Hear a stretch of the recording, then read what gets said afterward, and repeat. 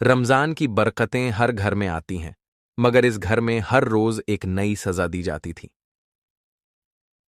बिना दहेज के आई है, हमारे लिए क्या लाई? रुकैया बीबी के ताने फरजाना के दिल पर नश्तर की तरह चुभ रहे थे। फारूका, जो कभी मोहब्बत के कस्में खाता था, अब अपनी मां के हुक्म पर बीवी को तकलीफ दे रहा था। मगर कब तक? क्या रमजान में की गई ये बेरहमी अल्लाह की अदालत में बिना हिसाब जाएगी, या फिर कोई करिश्मा इस जालिम सास को सबक सिखाएगा? जानने के लिए वीडियो को पूरा देखिए और उससे पहले हमारे चैनल को सब्सक्राइब कर दो। चलो शुरू करते हैं। हल्की ठंडी हवा मदीनाह की गलियों में बह रही थी। आसमान पर चमकते सितारे भी इस खुशी के मौके पर रोशन हो गए थे। आज इस शहर के मशहूर और शरीफ खानदान में निकाह की तकरीब थी। फरजाना का निकाह फारूकहान से हो रहा था, एक नेक, शरीफ और खुददार नौजवान जिसने खुले अल्फाज में ऐलान किया था कि उसे दहेज की कोई जरूरत नहीं। हम बस नेक बीवी चाहते हैं, दौलत और सोने चांदी की कोई चाहत नहीं। निकाह से पहले ही फारूका ने फरजाना के घर वालों को यकीन दिला दिया था। फरजाना के वालिद गरीब थे, मगर इज्जतदार थे। जब फारूका ने दहेज का इनकार किया तो उनके दिल को सुकून मिला। फरजाना भी खुश थी कि उसे एक नेक इंसान का साथ नसीब हुआ है। निकाह की रस्में पूरी हुईं। घर में दुआओं और मुबारकबाद की सदाएं गूंज उठीं। फरजाना की आंखों में उम्मीदें थीं और फारूका के दिल में उसकी हिफाजत करने का वादा।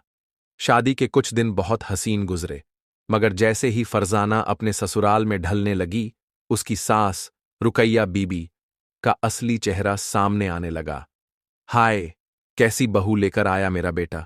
न कोई दहेज, न गहने, न ही कीमती कपड़े। ऐसी बेकार लड़की के साथ फारूका का क्या भला होगा? रुकैया बीबी ने अपनी ननद से कहा। धीरे धीरे ये ताने रोजमर्रा की बात बन गईं। तू अपने बाप के घर से क्या लाई? खाली हाथ आई और अब हमारे घर की रानी बनी बैठी है। फरजाना के दिल को ये बातें चीड़ देतीं, मगर वो सब्र करती। फारूका समझदार और शरीफ मर्द था, मगर मां का बहुत फरमाबरदार भी था।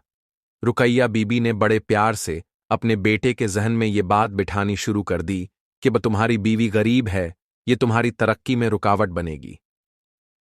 धीरे धीरे फारूका भी मां की बातों में आने लगा। फरजाना जब भी कुछ कहती, सास उसे ताने देती, नौकरों से भी बुरा सलूक करती और घर में उसे सबसे कमतर बना दिया गया। तू कोई हूर नहीं जो मेरा बेटा तुझ पर फिदा हो जाए। अगर तूने मेरे बेटे को काबू में करने की कोशिश की तो अच्छा नहीं होगा। एक दिन जब फारूका घर आया तो रुकैया बीबी ने रोते हुए उसे अपना झूठा दर्द सुनाया। बेटा, ये लड़की हमें जहन्नुम बना रही है। हमारे घर में बरकत खत्म हो गई है। जब से ये आई है कोई खुशी नहीं। अगर इसने दहेज लाया होता तो हम भी शानो शौकत से रहते। फारूका चुपचाप बैठा रहा, मगर उसकी आंखों में शक और गुस्से की परछाइयां थीं। रात के वक्त जब फरजाना ने उसे प्यार से बात करनी चाही तो उसने ठंडी आवाज में कहा, अगर तुम दहेज लेकर आती तो क्या चला जाता तुम्हारा? ये सुनते ही फरजाना का दिल बैठ गया। आप भी यही सोचते हैं? मां सही कह रही हैं। हमारी जिंदगी कितनी मुश्किल हो गई है। मेरी अम्मी को हर रोज मोहल्ले की औरतें ताने देती हैं कि उनकी बहू दहेज के बिना आई है। फरजाना के चेहरे का रंग उड़ गया। मुझे यकीन नहीं हो रहा कि आप भी ऐसा सोच सकते हैं। जो सही है वही कह रहा हूं, फारूका ने बेरुखी से कहा और करवट बदल ली। अब रुकैया बीबी की साजिशें खुलकर सामने आने लगीं। फरजाना पर घर का हर बोझ डाल दिया गया। उसे सुबह फज्र से पहले उठना पड़ता, पूरे घर की सफाई करनी पड़ती, खाना बनाना पड़ता और फिर भी हर चीज में नुक्स निकाल दिया जाता। अभी भी वक्त है। अपने मायके वालों से कहो कि कुछ सोने चांदी के जेवर और नकद रुपए भेज दें। तुम्हें भी इज्जत मिलेगी और हमें भी राहत मिलेगी। रुकैया बीबी की आवाज कानों में नश्तर की तरह गड़ गई। मेरे वालिद गरीब हैं, वो कहां से देंगे? तो फिर तू भी इस घर में चैन से नहीं रह पाएगी। फरजाना की जिंदगी अंधेरे में डूबती जा रही थी। एक दिन रुकैया बीबी ने फारूका से कहा, बेटा, मैंने तुम्हारे लिए एक नई बहू पसंद कर ली है। बड़ी अमीर लड़की है, पूरे घर को सोने से भर देगी। तू बस एक बार हां कर दे। फारूका परेशान हो गया। अम्मी, मैं फरजाना को तलाक नहीं दे सकता। तो क्या करोगे? सारी उम्र इसी फटेहाल लड़की के साथ बिताओगे? फारूका गहरी सोच में पड़ गया। दूसरी तरफ फरजाना को इन साजिशों की भनक लग चुकी थी। या अल्लाह, मेरी मदद कर। उसने रात के अंधेरे में सजदा कर लिया। फरजाना पर बढ़ते जुल्म, फारूक की बेरुखी और दूसरी शादी की तैयारी, इन सब के बीच उसकी जिंदगी के फैसले उलझ गए थे। क्या फारूक अपनी बीवी के साथ खड़ा होगा या मां की बातों में आकर दूसरी शादी कर लेगा? क्या फरजाना इस जुल्म से बच पाएगी या उसे बेघर कर दिया जाएगा? रात का सन्नाटा था। आसमान पर हल्का सा चांद चमक रहा था, मगर फरजाना के दिल में सिर्फ अंधेरा था। उसे समझ नहीं आ रहा था कि वो अपनी तकदीर को कैसे संभाले। घर में हर तरफ उसके खिलाफ साजिशें हो रही थीं और वो अकेली थी, बिल्कुल तन्हा। नमाज पढ़ते हुए उसकी आंखों से आंसू गिर रहे थे। सजदे में गिरी, हाथ उठाए हुए वो बस एक ही दुआ कर रही थी। या अल्लाह, मुझे सब्र दे, मुझे हिम्मत दे।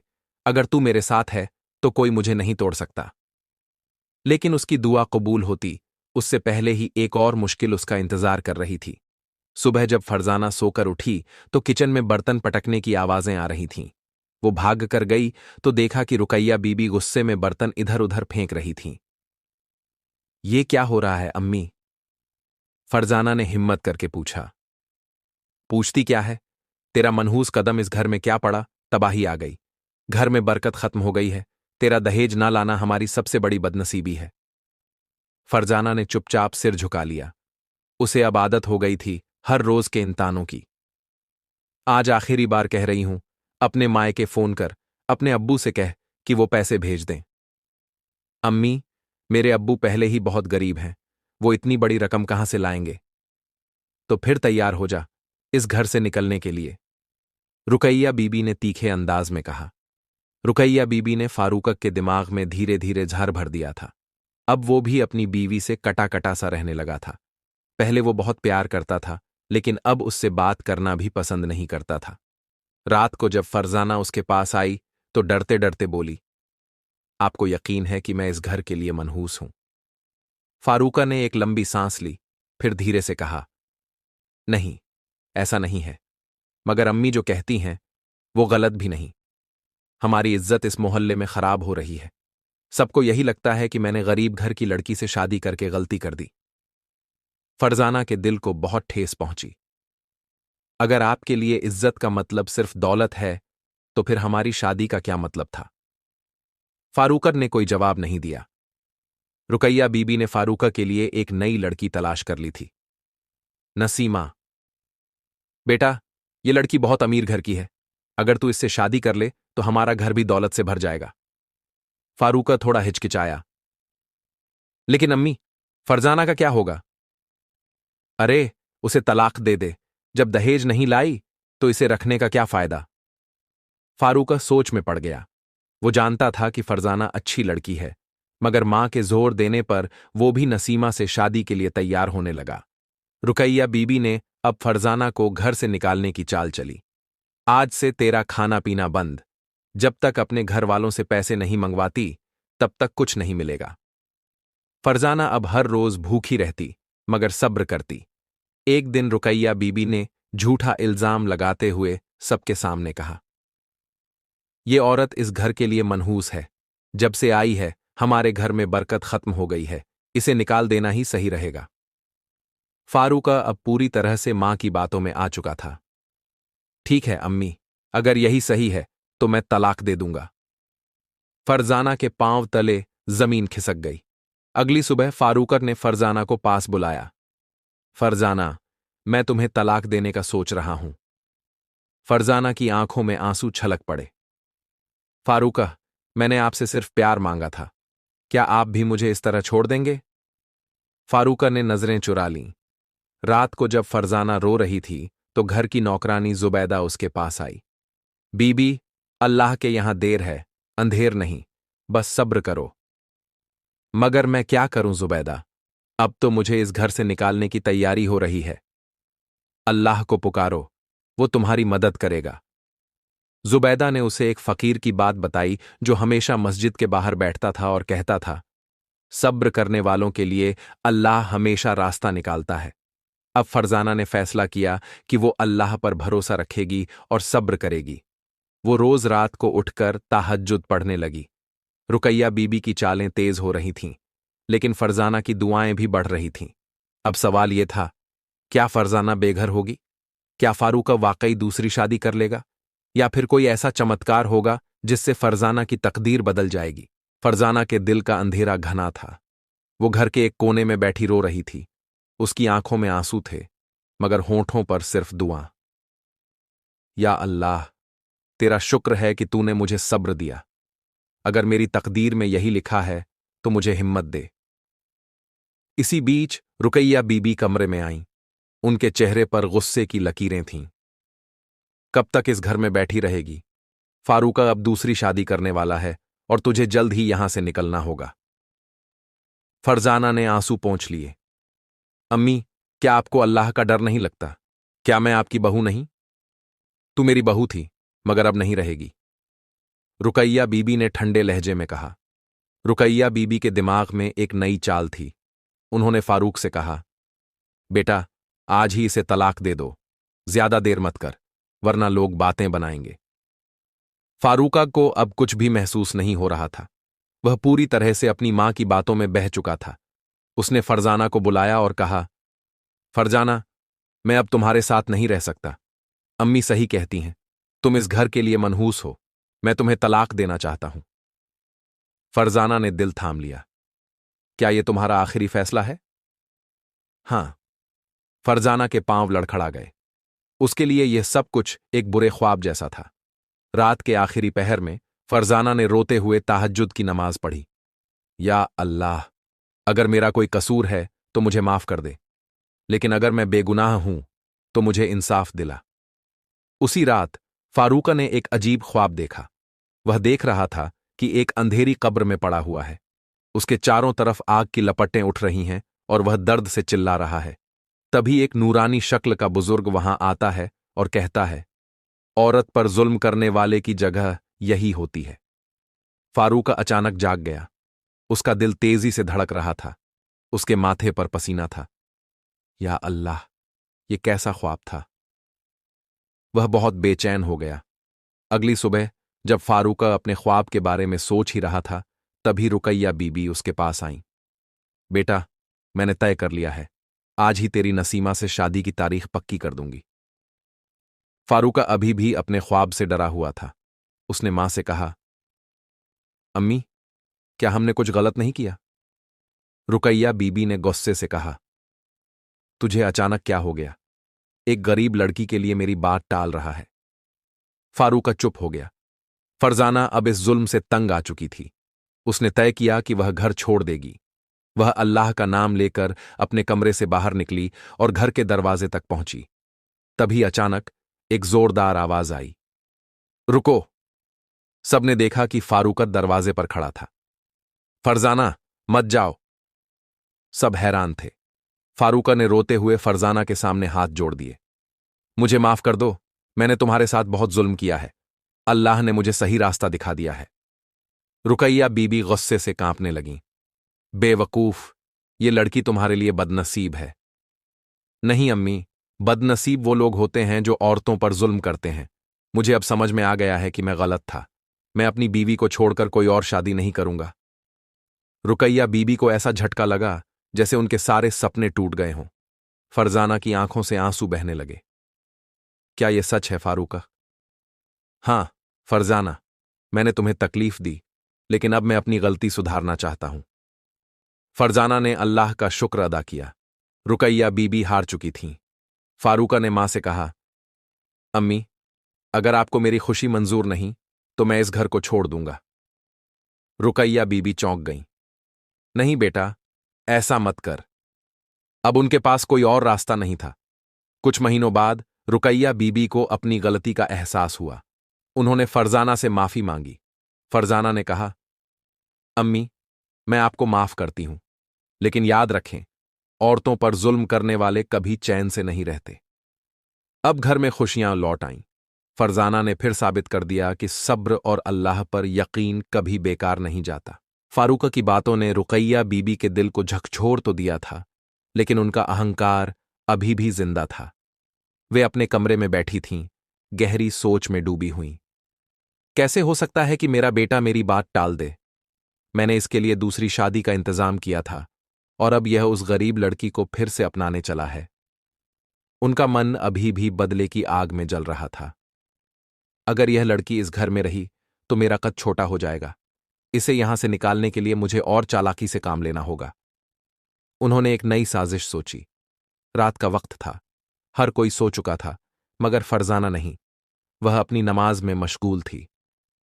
या अल्लाह, तूने मुझे इंसाफ दिलाया, इसके लिए तेरा शुक्र है। लेकिन मेरी सास के दिल में जो नफरत है उसे मिटा दे, मेरे घर को बर्बाद होने से बचा ले। उसकी आंखों से आंसू गिर रहे थे। वह अब भी अपनी सास के लिए भलाई की दुआ कर रही थी, जबकि वही सास उसके खिलाफ साजिशें कर रही थी। अगले दिन रुकैया बीबी ने फारूका के सामने एक और चाल चली।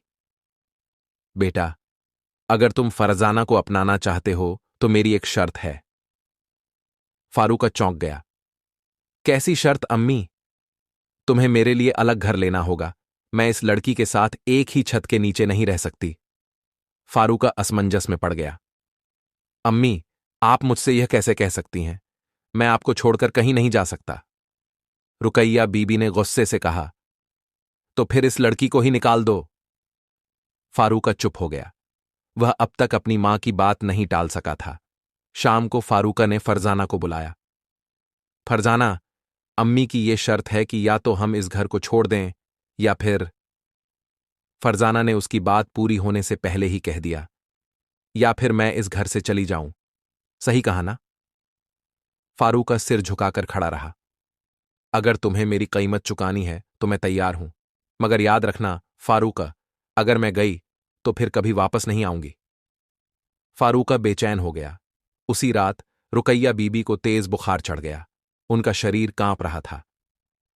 अल्लाह, ये मुझे क्या हो रहा है? वे चीखने लगीं। उनके चेहरे पर डर था। फरजाना दौड़कर आई और उनके सिर पर पानी रखा।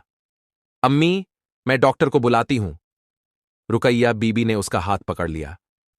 नहीं, तू कहीं मत जा। फरजाना ने हैरानी से देखा। अम्मी, आपको मेरी परवाह हो रही है? रुकैया बीबी की आंखों से आंसू गिर पड़े। हां बेटी, मैं गलत थी। मैंने तुझ पर बहुत जुल्म किया। अल्लाह ने मुझे मेरी गलती दिखा दी। फरजाना की आंखों में भी आंसू थे। उसने रुकैया बीबी को गले लगा लिया। अगले दिन जब रुकैया बीबी ठीक हुई तो उन्होंने सबके सामने फरजाना से माफी मांगी।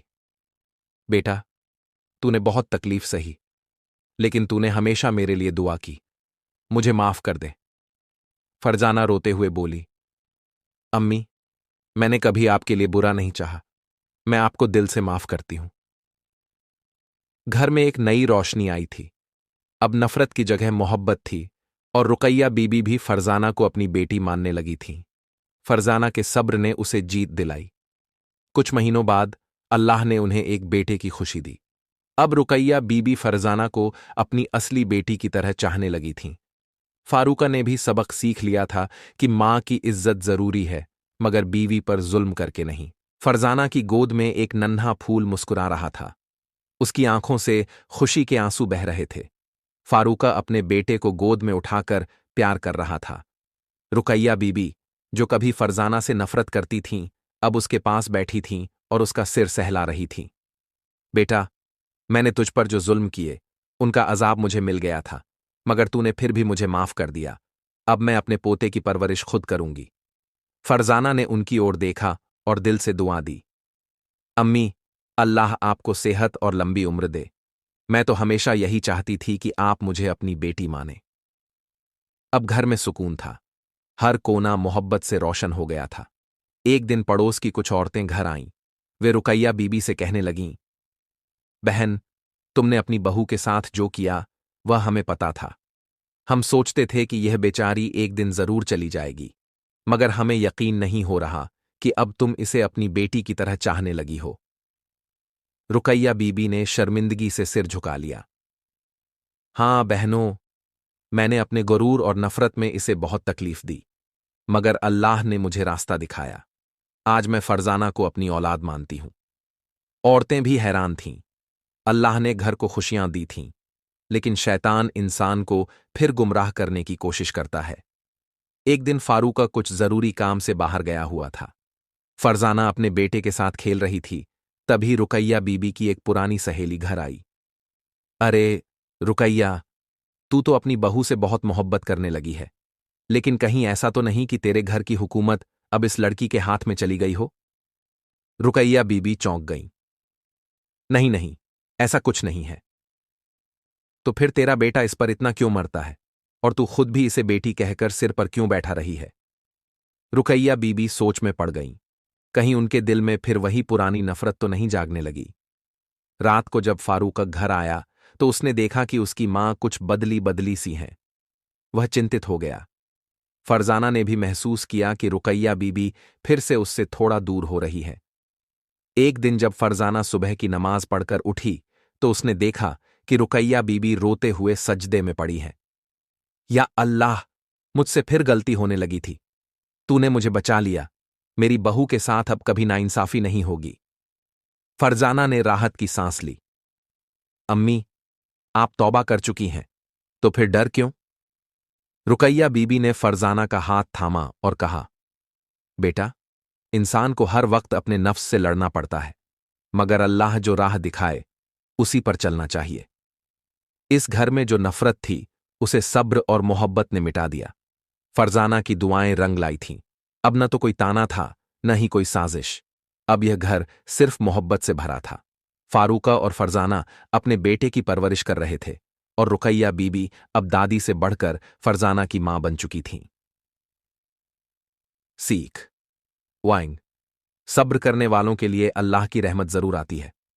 2. मां बाप की इज्जत जरूरी है, मगर बीवी पर जुल्म करना जायज नहीं। 3. इंसान को हर वक्त अपने नफ्स और अहंकार से लड़ना पड़ता है। 4. जो औरत पर जुल्म करता है, अल्लाह उसे जल्दी ही उसकी सजा दिखाता है। 5. अच्छे किरदार और दुआओं से दिल बदले जा सकते हैं।